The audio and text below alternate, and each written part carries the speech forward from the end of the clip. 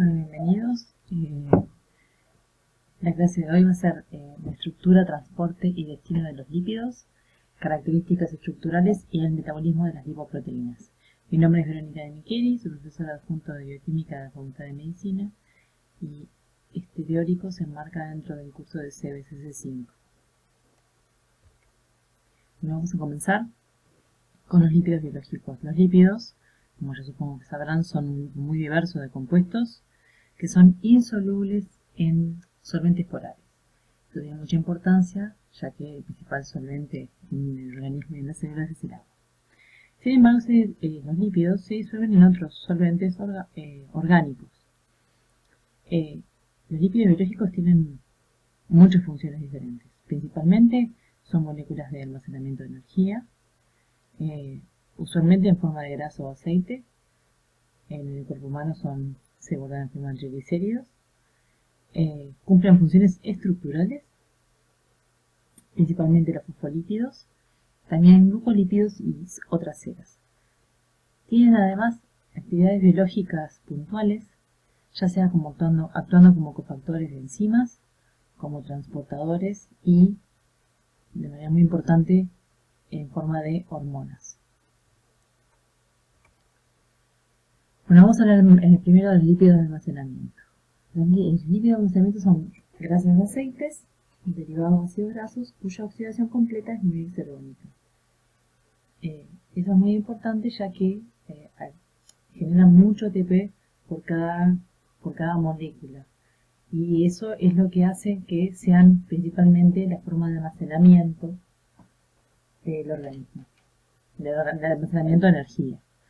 Las grasas de aceites tienen una mayor proporción de enlaces carbono-hidrógeno con respecto a los carbohidratos. Y por eso es que tienen más energía química. Ya sabemos, por ejemplo, del curso de DCM, que un ácido graso que es consumido completamente rinde mucha más energía que una molécula de glucosa.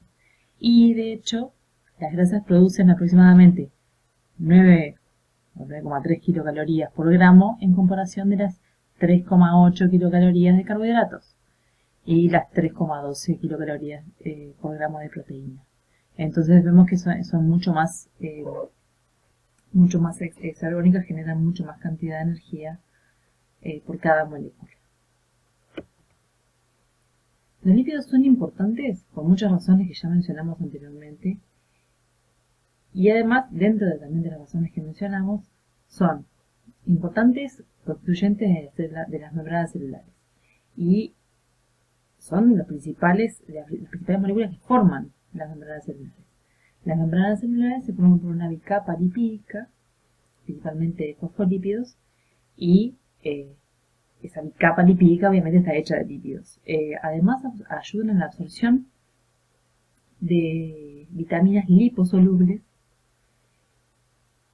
que son muy importantes para la absorción de las mismas y el almacenamiento.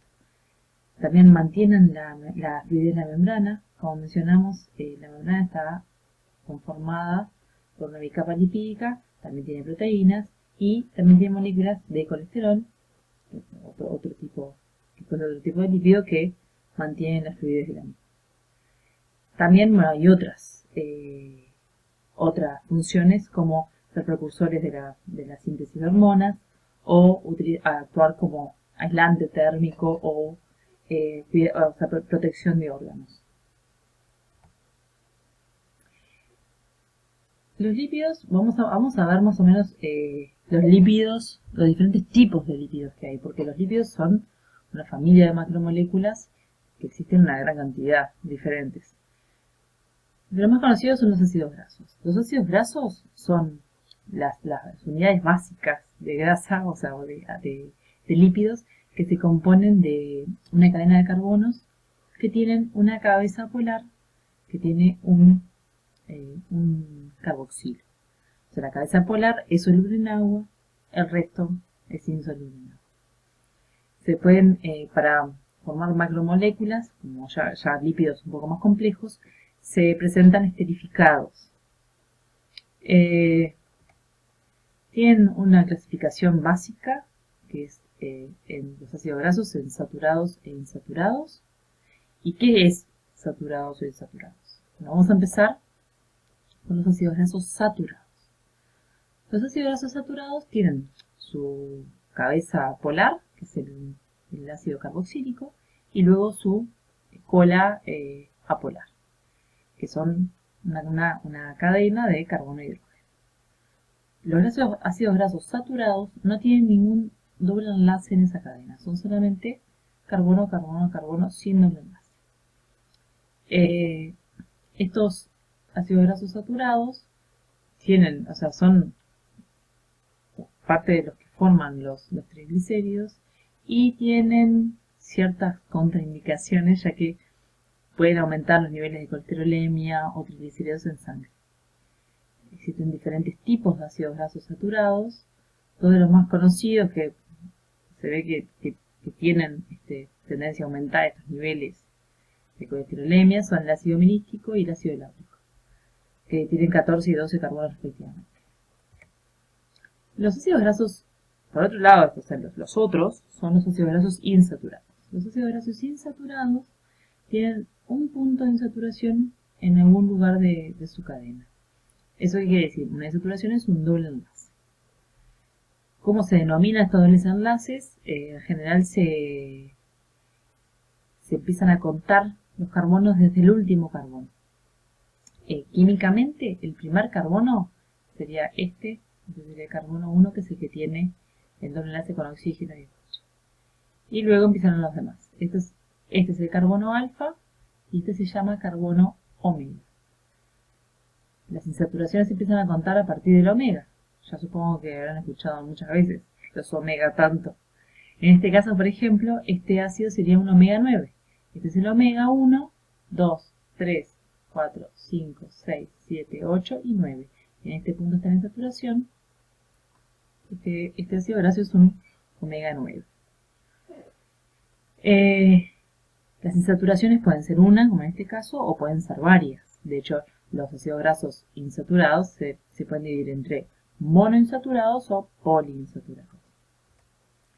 La poliinsaturación no solamente genera que exista esta insaturación, sino que genera cambios a nivel de la estructura del ácido graso. Como observamos acá, los ácidos grasos, tanto saturados como insaturados, forman partes de otras macromoléculas lipídicas. En este caso, por ejemplo, están los triglicéridos. Los triglicéridos son una molécula de glicerol unida a nivel de los OH por un enlace éster a un ácido graso. Aquí vemos la forma del éster y luego los ácidos grasos saturados en este caso y insaturados en el medio. Y vemos que hay una variación en la forma del ácido graso.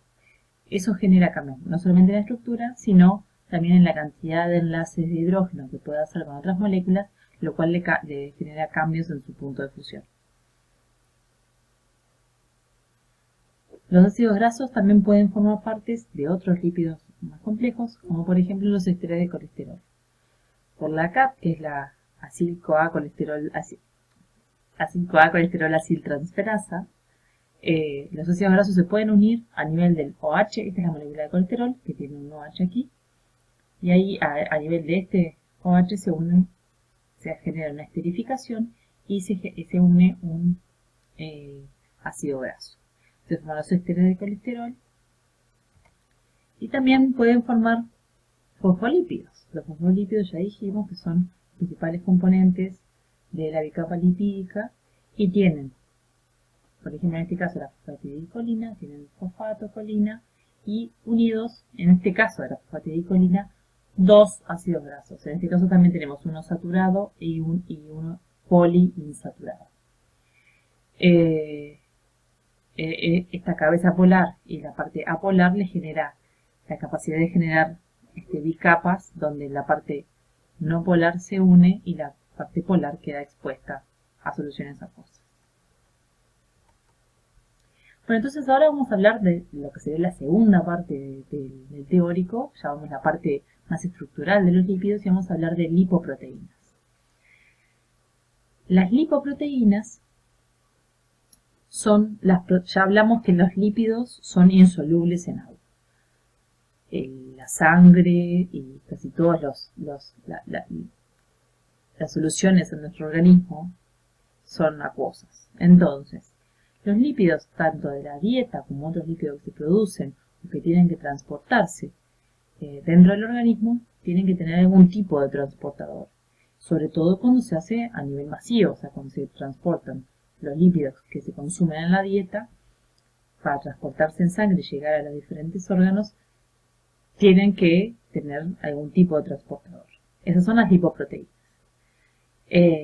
Hay 5 tipos mayoritarios de lipoproteínas, que es lo que se ven aquí en la tabla, que son los kilomicrones, la VLDL, IDL, LDL y HDL.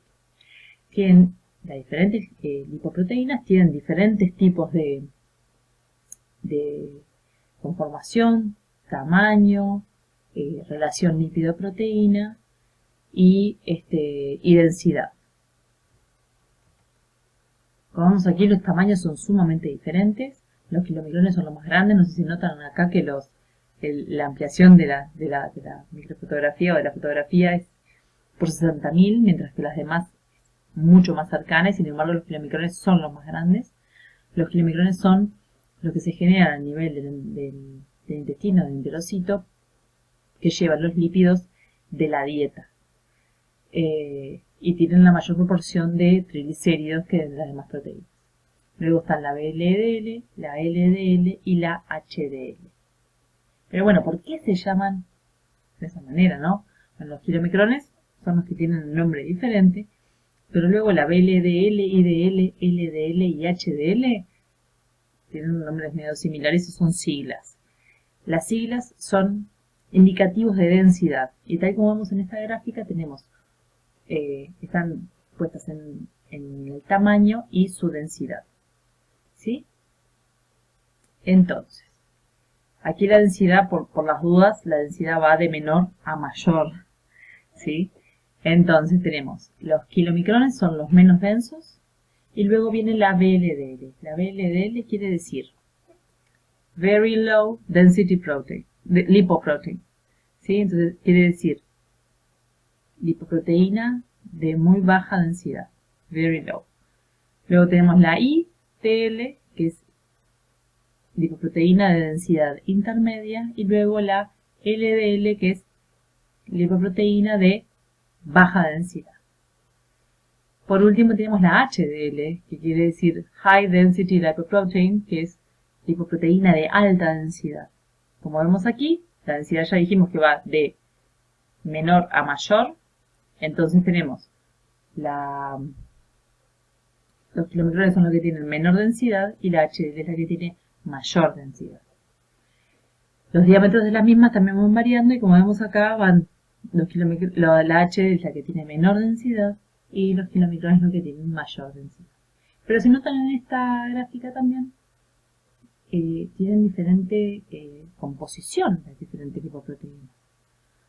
Como vemos acá, los kilomicrones son los que tienen la mayor cantidad de triglicéridos y una menor proporción de colesterol, fosfolípidos y lipoproteínas, apolipoproteínas. La parte proteica, los kilomicrones es la menor.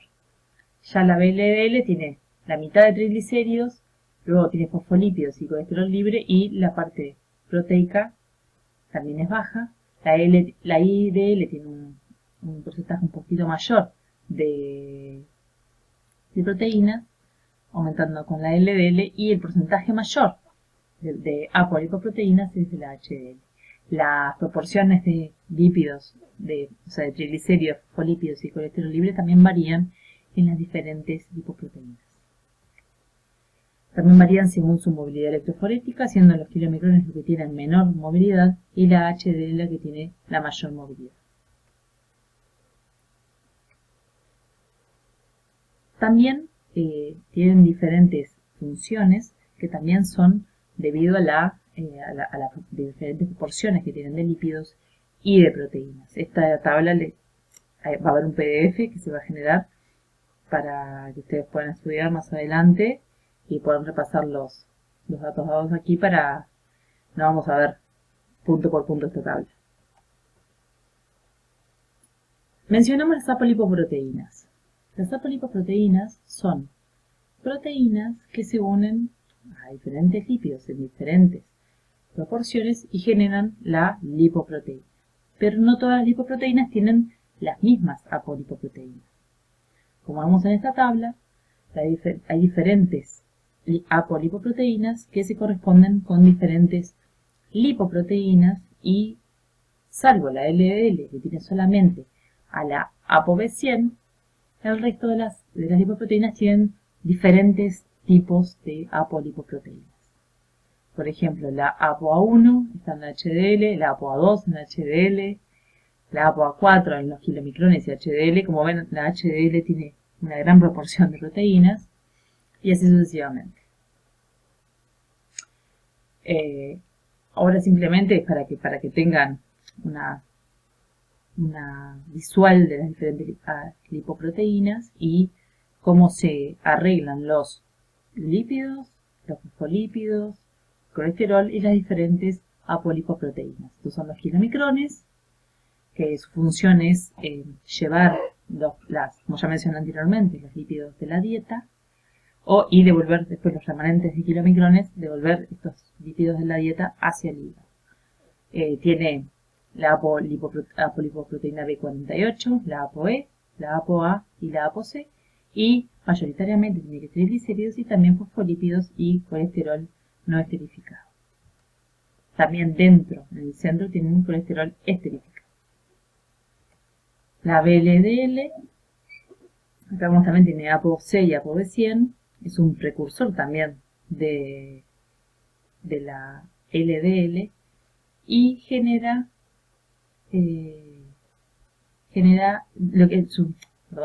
su función es el delivery, o sea, el transporte de lípidos endógenos. La famosa LDL es la que se mira en los resultados cuando hacemos un examen de sangre. Tiene ApoB100 y fosfolípidos en su exterior y dentro tiene triglicéridos y colesterol. Su función, y por eso es que se asocia tanto con el colesterol, es llevar colesterol a las células. La HDL, como vimos anteriormente, tiene una proporción altísima de apolipoproteínas.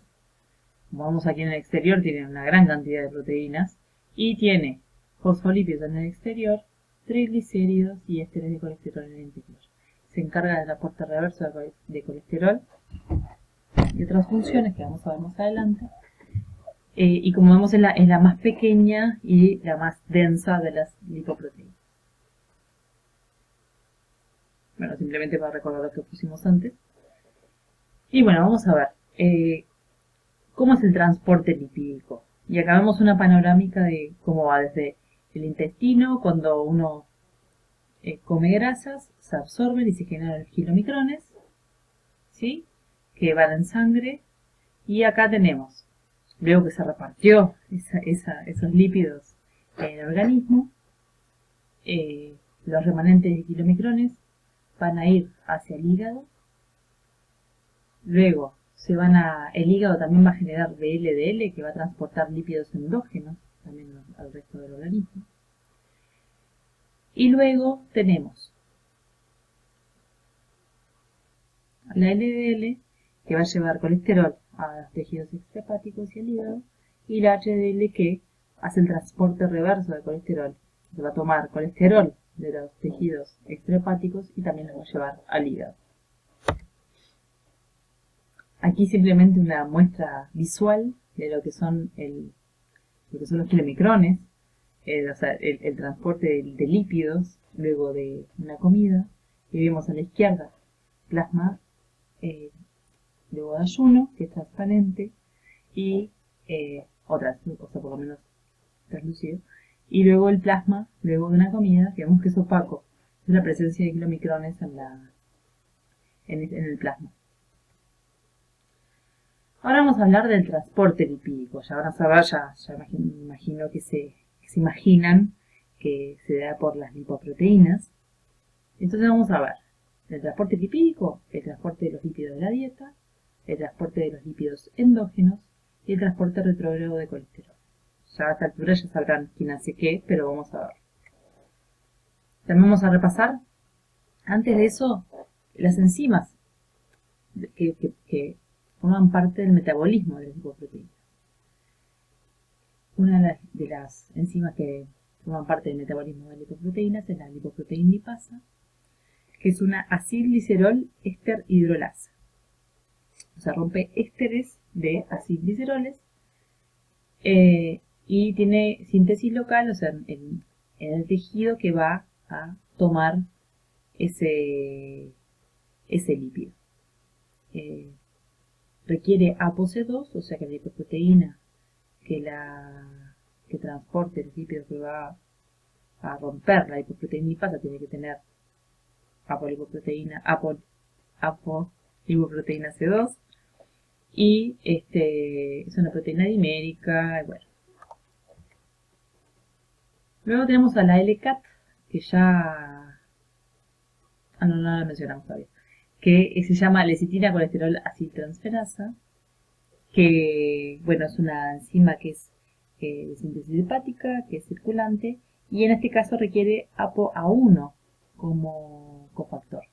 Y al contrario, la ApoC2, C3 y A2 la inhiben porque desplazan a la ApoA1. ¿Sí? Entonces aquí vemos cuál es la reacción que está catalizando, que es la lecitina, que se une al colesterol y libera un éster de colesterol y la lisolecitina. O sea, le quita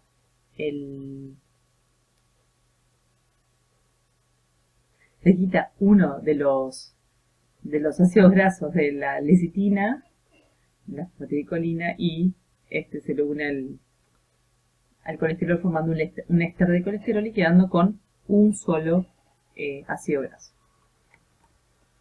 Y por último, no hay otras, pero la lipasa hepática, que también como características, está modulada por ApoC3, A1 y A2, no requiere ApoC2 y tiene síntesis hepática que está, anclada al endotelio local, a corteza suprarrenal y ovarios, y tiene diferentes tipos de lípidos como sustratos.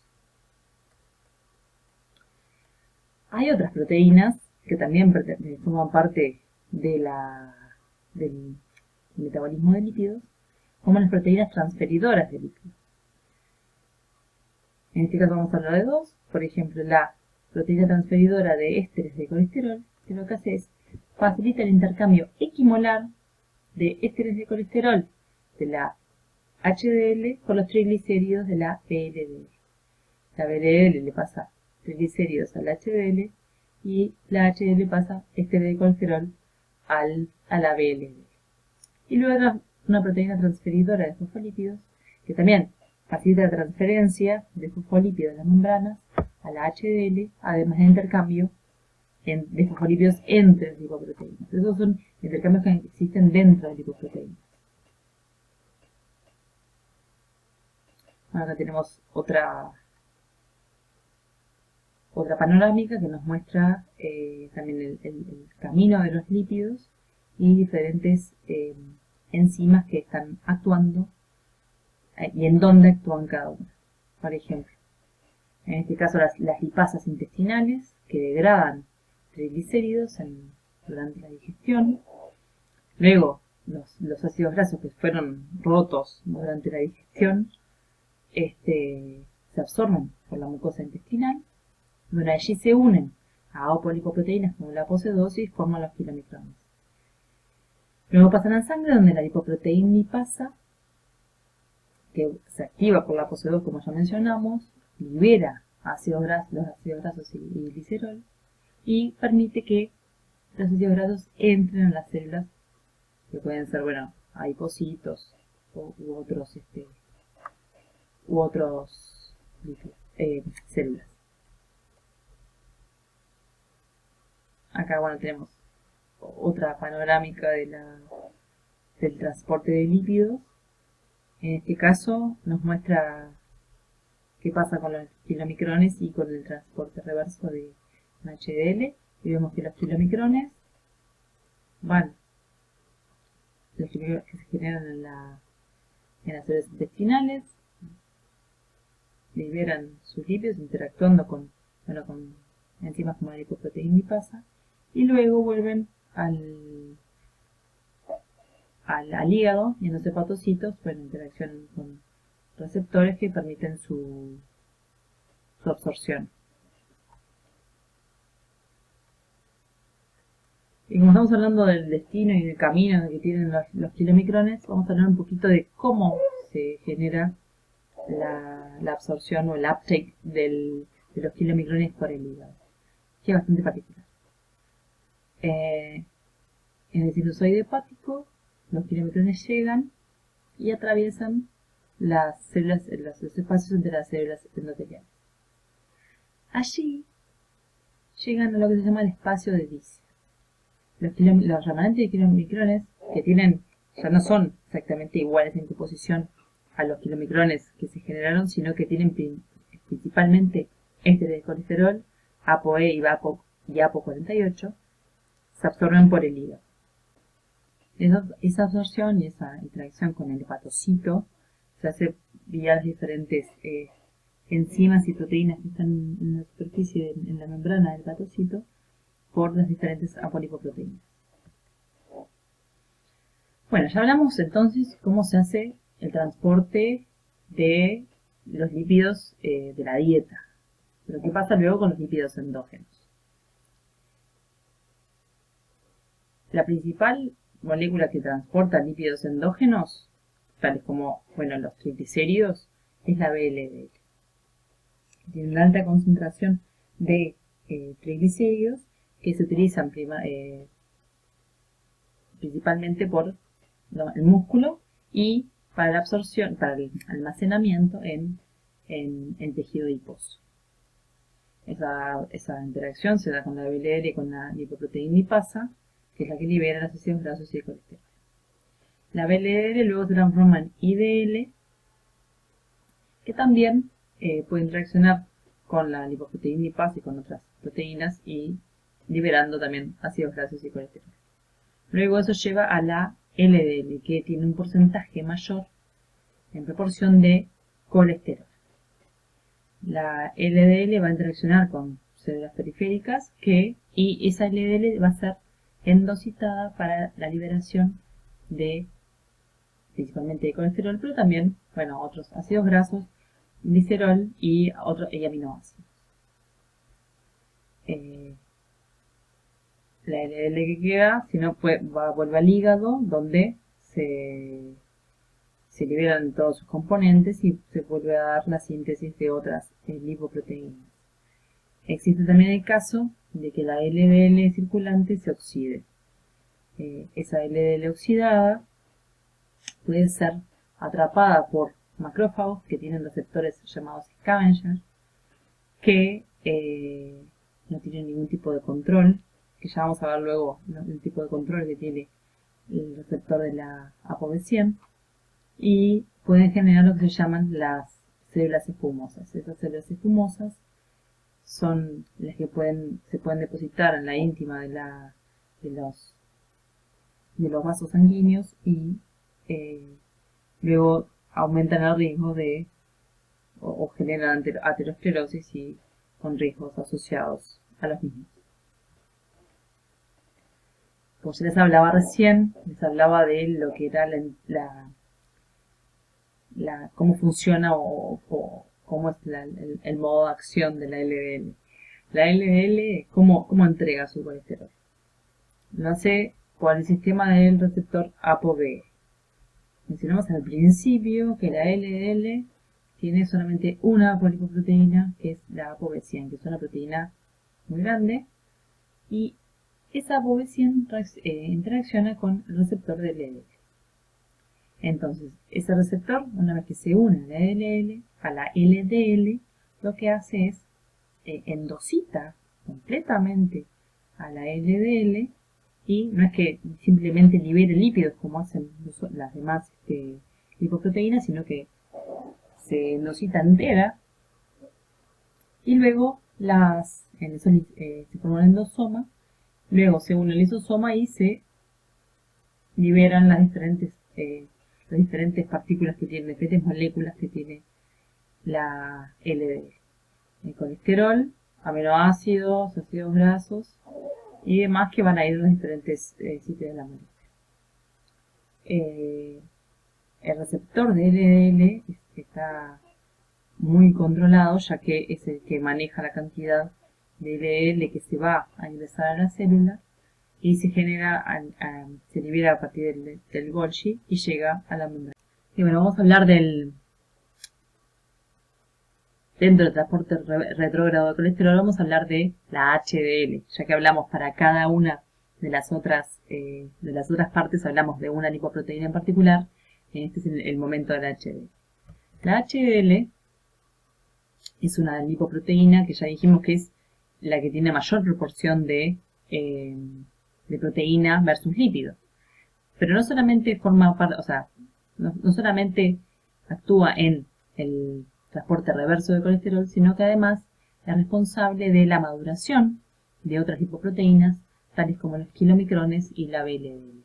Como vemos en el esquema, la HDL es la responsable de darle ApoC2 y ApoE tanto a los kilomicrones como a la VLDL, transformándolos en lipoproteínas maduras, y además participa en el transporte reverso de colesterol. Este transporte reverso de colesterol es el pasaje de colesterol, el cual vía la LCAT se transforman en ésteres de colesterol, y estos ésteres de colesterol dentro de la HDL o son intercambiados o pasados por a la VLDL, la cual puede darle equimolarmente triglicéridos a la HDL, o la HDL directamente va hacia el hígado, donde se endosita y se reabsorbe el colesterol a nivel hepático.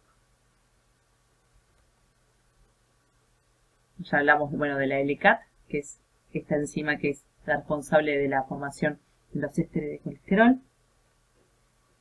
Y viendo entonces una panorámica de la actividad de la HDL, donde el colesterol de las células vía LCAT llega por ésteres de colesterol a la HDL, la cual puede ir al hígado, puede darle selectivamente colesterol o ésteres de colesterol al hígado, o pasarle a la VLDL e IDL, también ésteres de colesterol, después también vuelven al hígado. Una vez que la HDL pierde sus lípidos, puede volver a hacer otro ciclo de transporte reverso de colesterol. La principal proteína responsable de la regulación del eflujo de colesterol, o sea, de la salida de colesterol y fosfolípidos de la célula, es llamada proteína ABC1, que regula la salida desde el Golgi y de otras partes de la célula hacia la superficie de la célula, y es responsable también de la maduración de la HDL desde ApoA1, proteína ApoA1 y E a HDL.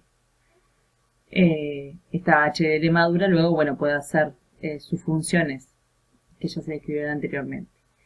Esta proteína ABCA1 se encuentra en casi todas las células, ya que todas las células necesitan hacer este transporte reverso de colesterol. La falta de esta proteína, que se ha visto en la enfermedad de Tangier, que es una enfermedad familiar, genera una baja concentración de HDL en sangre, lo cual tiene otras connotaciones respecto a la cantidad de otras lipoproteínas en sangre. Aquí tenemos otro ejemplo, otro esquema sobre la actividad de la proteína BCA1, donde fosfolípidos y colesterol salen mediante esta proteína hacia la membrana, que luego se unen a al HDL. Como ya se habrán dado cuenta, las lipoproteínas no existen solas, sino que existe una gran interrelación entre las mismas. Principalmente el HDL tiene una gran interrelación con las otras lipoproteínas, donde es capaz de darle ésteres de colesterol y recibir triglicéridos de la VLDL o darle ésteres de colesterol a la LDL. Pero no solamente estas son las proteínas que se interrelacionan, sino que la VLDL puede transformarse en LDL, la cual puede luego evolucionar a LDL. Y ahora vamos a hablar un poquito sobre la regulación del colesterol, ya que no solamente este es un proceso sumamente regulado, no solamente a nivel de la síntesis de colesterol y de las lipoproteínas, sino a nivel de el uptake, o sea, el ingreso de la LDL a las células y la síntesis interna de las mismas. Bueno, existen una gran cantidad de dislipoproteinemias, que son una desregulación de los niveles de lipoproteínas, que se separan en varios tipos, 1, 2, 3, 4 y 5, en los cuales, por ejemplo, el tipo 1 es una hiperkilomicronemia, lo cual implica niveles elevados de triglicéridos, y que en general se dan por una deficiencia en la lipoproteína lipasa o ApoC2. En el tipo 2A es una hipercolesterolemia, como consecuencia de una alteración del receptor del LDL, o la tipo 2B, que es una hipercolesterolemia y un aumento de los triglicéridos, dado por un aumento de la secreción de ApoB100. Se refleja como un aumento moderado de la VLDL. La tipo 3 presenta elevados niveles de triglicéridos y colesterol y una alteración de la composición de las VLDL, ya que tiene una mayor cantidad de colesterol, y los homocigotos para ApoE2 no reconocen el receptor y por lo tanto se catabolizan más lentamente.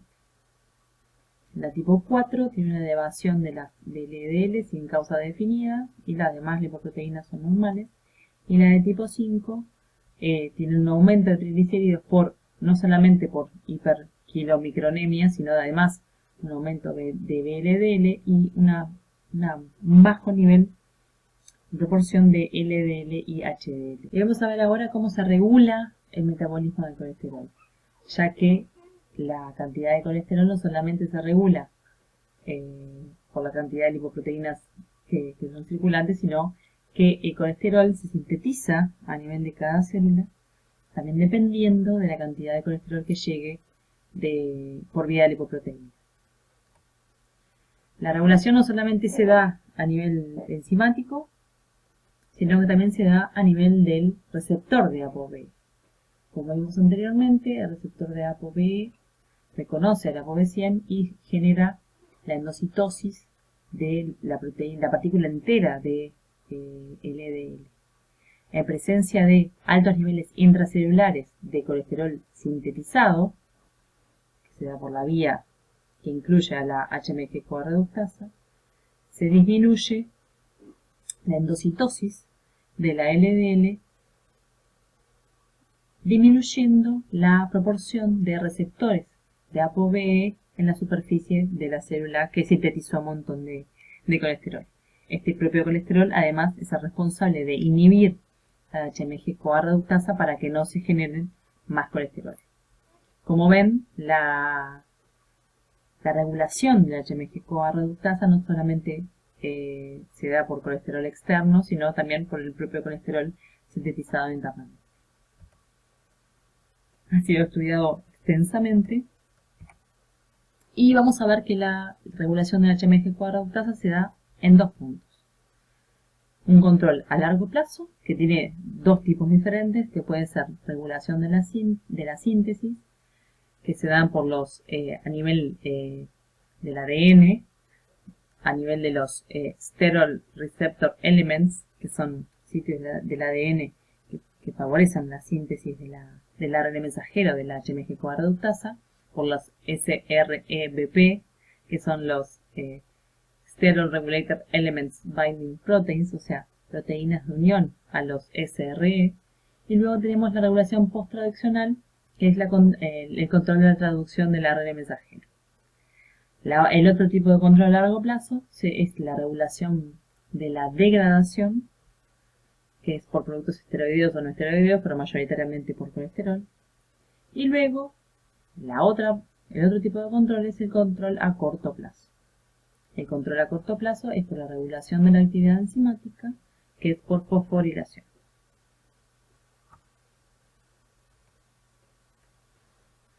La regulación de la síntesis de la HMG-CoA reductasa, o sea, esto lo que regula es la cantidad de HMG-CoA reductasa que se sintetiza, se da por medio de la liberación del SRBP, que es el que se une a los elementos de respuesta a esteroles en el ADN.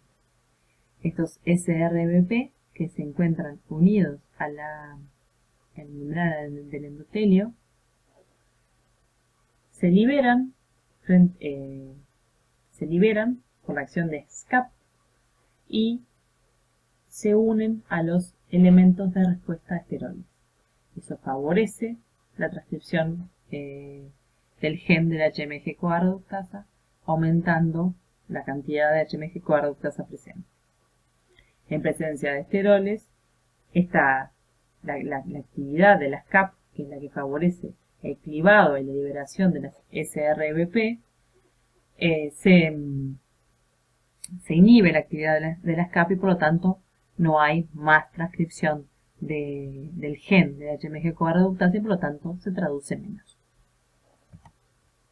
La otra regulación es simplemente la regulación de la proteólisis, donde la presencia de esteroles aumenta la degradación y proteólisis de la enzima, por lo tanto tenemos menos cantidad de enzima. La otra regulación es la regulación a corto plazo, que es una regulación mucho más rápida. Esa regulación se da por la presencia de AMP o por la presencia de diferentes de hormonas, tales como glucagón, insulina y otros esteroles.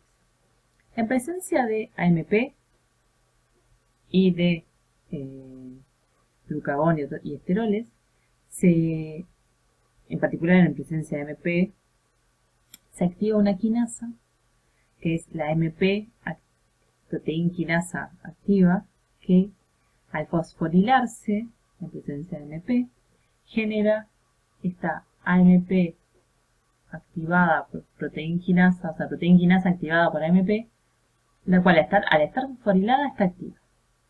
Y cuando está activa, es capaz de fosforilar a la HMG-CoA reductasa, inactivándola. Entonces, una proteína fosforilada se activa, inactivando la HMG-CoA reductasa. En presencia de hormonas tales como la insulina activa la fosfatasa, que le quita el fosfato a la HMG-CoA reductasa, dejándola activa nuevamente. Este es un control a corto plazo y muy rápido que permite mantener a la HMG-CoA reductasa, la proteína sigue estando, y simplemente inactivándola. De esa manera se puede regular finamente la actividad de la proteína. En caso de una presencia muy alta de esteroles, ya se activan los controles a largo plazo. Ya que la HMG-CoA reductasa es la enzima que regula la síntesis de colesterol, la farmacología y la terapéutica en general trata de encontrar medicamentos u otros compuestos que logran también inactivar a esta enzima, ¿sí? De manera similar a lo que pasa a nivel celular. En caso de niveles elevados de colesterol, los compuestos más comunes son las estatinas, que son análogos del mevalonato, que es el sustrato de la HMG-CoA reductasa, pero con una estructura diferente que logra inhibir a esta enzima. De esa manera, la HMG-CoA reductasa, al estar inactiva, no genera colesterol y por lo tanto disminuyen los niveles de colesterol intracelular. Eso aumenta la cantidad de LDL que viene de afuera, por lo tanto se genera una disminución de la LDL en sangre. Y bueno, simplemente para recordar por qué. Porque en presencia de altos niveles de LDL en sangre, que no son endocitados por las células, los receptores scavenger de los macrófagos son capaces de reconocerlos, principalmente en el caso de LDL oxidadas, o sea, LDLs que circulan más tiempo o que sufrieron algún tipo de modificación, y estos monocitos, estos macrófagos que toman mucha cantidad de LDL oxidada, pueden transformarse en las llamadas células espumosas. Estas células espumosas se pueden depositar en la íntima del vaso y generan las placas de ateroma que pueden generar a largo plazo enfermedades coronarias graves. Bueno, en el caso que tengan dudas, los invito a escribir en el foro de EVA. Existe un foro específico para este teórico, donde luego esas dudas se van a contestar por un docente. Los invito por favor a sacarse todas las dudas que tengan y a estudiar mucho. Y nos veremos en el próximo teórico de discusión grupal.